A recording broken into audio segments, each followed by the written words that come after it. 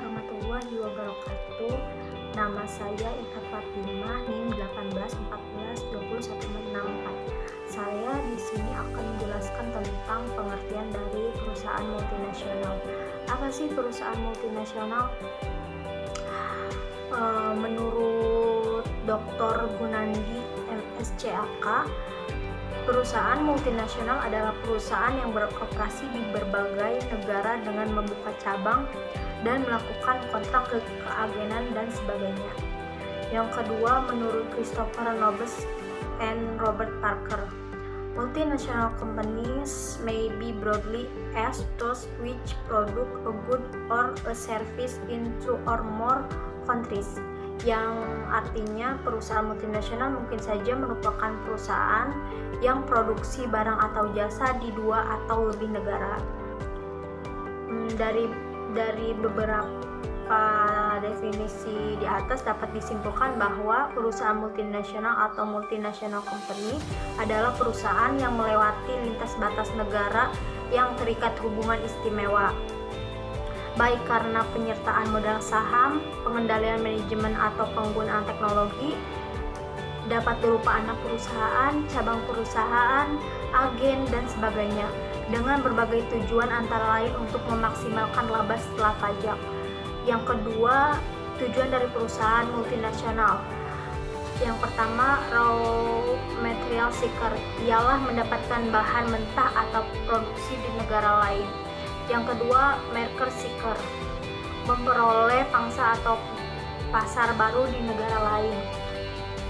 Yang ketiga, cost minimalizer seeker, yakni mencapai efisiensi biaya karena dengan melakukan investasi memungkinkan biaya produksi jauh lebih rendah.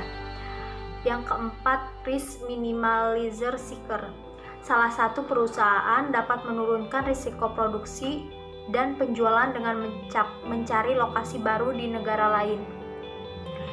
Yang ketiga, sifat atau karakteristik dari perusahaan multinasional. Yang pertama, mempunyai pengalaman di bidang bisnis internasional, seperti misalnya eksplor barang hasil produksinya ke pasar internasional yang selalu menunjukkan peningkatan. Yang kedua, pendirian cabang di luar negeri biasanya dilakukan dengan cara investasi langsung, contohnya dengan cara mendirikan perusahaan baru, ekspansi, memperluas atau memperbesar usaha, atau membeli perusahaan di luar negeri.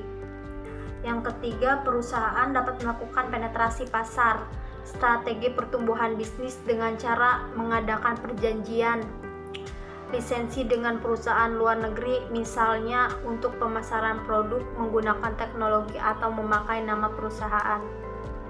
Yang keempat, bertujuan untuk ekspansi vertikal. Misal perusahaan minyak dengan mendirikan cabang di luar negeri, terdapat sumber minyak yang kemudian dapat diproses lebih lanjut oleh perusahaan induk, dan atau ekspansi horizontal, misal dengan cara mendirikan cabang di luar negeri dengan melakukan kegiatan yang hampir sama dengan perusahaan induk. Kelebihan dari perusahaan multinasional. Yang pertama, menambah devisa negara. Contoh melalui penanaman modal pada bidang eksplor. Yang kedua, mengurangi kebutuhan devisa untuk kegiatan impor pada sektor industri. Yang ketiga, modernisis industri. Yang keempat, mendukung pembangunan nasional. Yang kelima, dapat meningkatkan penghasilan masyarakat. Dan yang terakhir, membantu memenuhi kebutuhan masyarakat. Assalamualaikum warahmatullahi wabarakatuh. Perkenalkan, nama saya Atika Mutiasari, NIM 18142013. Baik, di sini saya akan melanjutkan materi yang sudah teman saya jelaskan sebelumnya, yaitu tentang kekurangan perusahaan multinasional. Seperti yang kita tahu, di mana ketika ada kelebihan tentunya pasti ada kekurangan dong. Jadi di sini saya akan menjelaskan kekurangan dari perusahaan multinasional tersebut. Di sini ada 6 kekurangan dari perusahaan multinasional salah satunya yaitu bisa mematikan perusahaan lokal, terus ekspor keuntungan, dampak terhadap budaya dan sosial, kualitas kesehatan, dan keselamatan pekerjaan yang rendah. Itu juga bisa mengakibatkan bagi kekurangan perusahaan multinasional. Terus dapat menyebabkan kerusakan lingkungan, pekerjaan yang disediakan berketerampilan rendah. Jadi ciri-ciri tersebut itu adalah kekurangan dari perusahaan multinasional tersebut. Selanjutnya yaitu dampak positif perusahaan multinasional. Yang pertama itu ada sebagai sumber devisa dan pajak, menyediakan lowongan pekerjaan, terus transfer teknologi, pilihan produk yang meningkatkan reputasi nasional. Jadi dari adanya kelebihan dan kekurangan perusahaan multinasional tersebut, ada juga ciri-ciri dampak positif dari perusahaan multinasional tersebut, yaitu ciri-ciri yang sudah saya sebutkan tadi. Selanjutnya yaitu dampak negatif dari perusahaan multinasional. Salah satunya yaitu kerusakan lingkungan, meningkatnya persaingan bagi perusahaan kecil, terus pekerjaan yang disediakan keterampilannya itu rendah, kualitas kesehatan dan keselamatan kerja yang rendah, terus ekspor keuntungan, dan dampak juga bagi budaya dan sosial. Selanjutnya yaitu ciri-ciri perusahaan multinasional.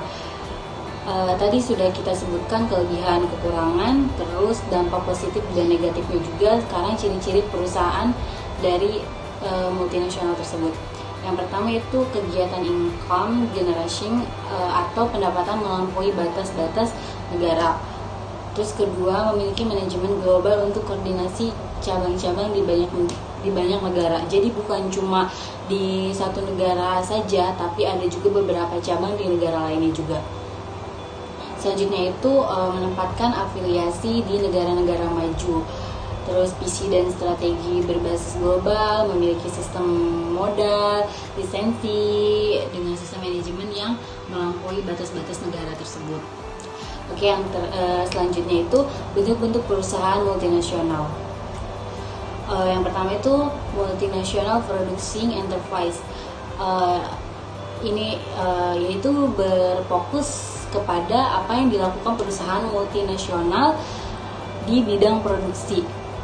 Jadi MNC ini memiliki dan mengontrol berbagai fasilitas produksi di lebih dari suatu negara. Jadi bukan di satu negara aja, tapi di beberapa negara juga. Selanjutnya itu multinational trade enterprise. MTI ya, fokus dari MTI ialah pada bidang perdagangan. Jadi perusahaan ini bergerak dengan menjual barang yang diproduksi di dalam negeri secara langsung kepada badan usaha atau di negara orang lain. Selanjutnya yaitu multinational international enterprise. Perusahaan ini lebih mengarah pada kepemilikan usaha dari satu induk perusahaan yang memperluas cabang-cabang produksi dari negara ke negara lain. Selanjutnya yang keempat yaitu multinational financial atau control enterprise MSI. Fokus dari perusahaan ini lebih pada permodalan atau pembiayaan pada kegiatan perusahaannya diawasi oleh lebih dari satu negara. Oke, mungkin hanya itu yang bisa saya sampaikan. Materi selanjutnya akan dijelaskan oleh teman saya. Terima kasih. Assalamualaikum warahmatullahi wabarakatuh. Perkenalkan, nama saya Rizka Fauziah, NIM 181420165. Di sini saya akan meneruskan penjelasan dari teman saya sebelumnya, yaitu terkait perusahaan multinasional. Nah, perusahaan multinasional mempunyai faktor-faktor yang mempengaruhi perusahaan multinasional, dan juga ada faktor non-ekonomi atau di luar ekonomi perusahaan multinasional. Faktor-faktor yang mempengaruhi perusahaan multinasional itu ada 4. Yang pertama, pelayanan konsumen serta pengetahuan dan selera konsumen. Yang kedua, kebijakan tarif negara lain dari perusahaan kurs mata uang. Yang ketiga, efisiensi biaya terhadap upah tenaga kerja. Yang keempat, ada biaya transfer, dan perusahaan pajak. Nah, di sini selanjutnya ini ada faktor non-ekonomi di luar ekonomi perusahaan multinasional. Di sini ada 3, yaitu yang pertama, faktor sosial dan budaya, yang kedua, sikap pemerintah terhadap negara asing, yang ketiga, kestabilan politik di negara penerima.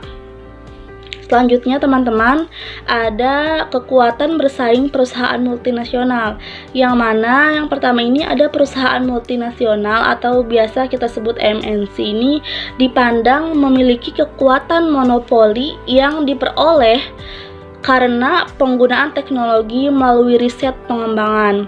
Selanjutnya ini ada perusahaan multinasional MNC, kadang disebut dengan perusahaan informasi, di mana yaitu mengorganisir dan secara sistematis. Selanjutnya ini yang ketiga, ada perusahaan multinasional, biasanya ini dapat menikmati adanya skala yang ekonomis dengan cara misalnya melalui pemusatan seluruh mesin produksi pada satu bagian tertentu dan proses produksi. Yang terakhir ini, perusahaan multinasional atau MNC memperoleh manfaat dari besarnya atau luasnya jaringan keuangan internasional. Nah, yang terakhir ini ada contoh-contoh perusahaan multinasional. Ada apa aja sih teman-teman? Yaitu ada Asus, ada Honda, Adidas, Apple, Google, Nestle, KFC, Coca-Cola, dan masih banyak lagi ya contohnya. Mungkin hanya itu yang dapat saya sampaikan. Kurang dan lebihnya mohon maaf. Wassalamualaikum warahmatullahi wabarakatuh.